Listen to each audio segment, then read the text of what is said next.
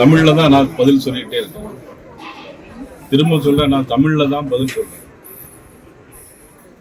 திருப்பரங்குன்றத்தில் வெகு நாட்களாக ஒரு வழக்கு, அதனுடைய தீபத்தூண்ல விளக்கேற்றணும், விளக்கேற்றணும்னு சொல்லி தான் நீதிமன்றத்தில் வழக்கு இருந்தது. தீர்ப்பு வந்திருக்கு. தீர்ப்பு அந்த தீபத்தூண்ல விளக்கேற்றலான்னு வந்தது. இதுக்கு அருகிலே தர்கா இருக்கிறது. அருகிலேன்னா பக்கத்தில் இருக்கு.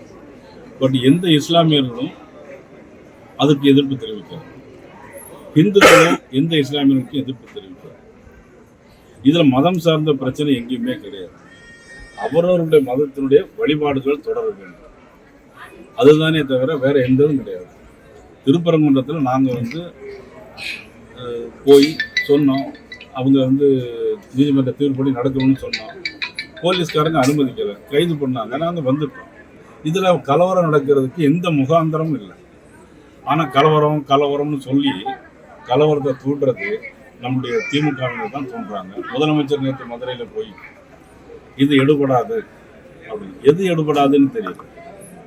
அதாவது எல்லா மதத்தினரும் அவங்கவுங்க மதத்தை கும்பிடலாம், வழிபாடு நடத்தலாம். இப்ப நாங்க நான் எங்களுடைய சாமியை கும்பிடுறதுக்கு கேட்கிறோம். இன்னொரு சாமியை கும்பிட வேண்டாம்னு யாரையும் சொல்லல. இதுல கலவரத்துக்கு ஒண்ணும் இல்லை. நான் திரும்ப சொல்றேன், இதை நான் தமிழ்ல தான் சொல்றேன், மக்களுக்கு புரியும். ஆனா திமுக புரியல. 2026 அவங்க தான் சாம்பியன் சொல்லி அவர் மதுரையில சொல்லியிருக்காரு முதல்வர். அதாவது நாங்க தான் ஜெயிக்க போறோம், எங்க அணி தான் ஜெயிக்க போகுது அப்படின்ற அடிப்படையில சொல்லியிருக்காரு. இது குறித்து உங்க கருத்துனா? அதாவது ஒவ்வொருவரும் இப்ப நான் என்ன சொல்றேன்னா, நான் எங்களுடைய கட்சி ஜெயிக்கும், எங்களுடைய தேசிய ஜனநாயக கூட்டணி ஆட்சி அமைக்கும் நான் சொல்றேன். இதுல எங்களுக்கு சுதந்திரம் இருக்கு, கருத்து சுதந்திரம் இருக்கு. அது மாதிரி அவருடைய கருத்து சுதந்திரத்தை சொல்லியிருக்காரு. ஆனா தேர்தல் வரணும், தேதி குறிக்கணும், நாட்கள் குறிக்கப்படணும், மக்கள் வாக்களிக்கணும். வாக்களிக்கிறது அதிகமான வாக்குகளை யார் பெறுகிறார்களோ அவங்க தான் நாட்டினுடைய முதலமைச்சராக வர முடியும். இதை நம்ம எல்லாரும் புரிஞ்சுக்கிட்டா சரி.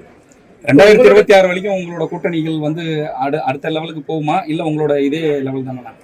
அது இன்னும் நாள் இருக்குல்ல, இந்த தேர்தலுக்கு நிறைய நாள். கூடுதல் கட்சிகள் சேர வாய்ப்பு இருக்கு, நிச்சயமா வரலாம். செங்கோட்டையின் தாவைகளை எஞ்சிருக்கேன்.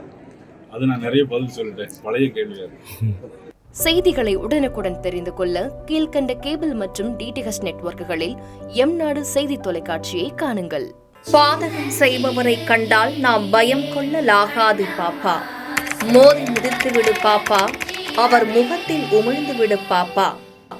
அண்மை செய்திகளை உடனுக்குடன் தெரிந்து கொள்ள இணைந்திருங்கள் எம்நாடு தொலைக்காட்சியுடன்.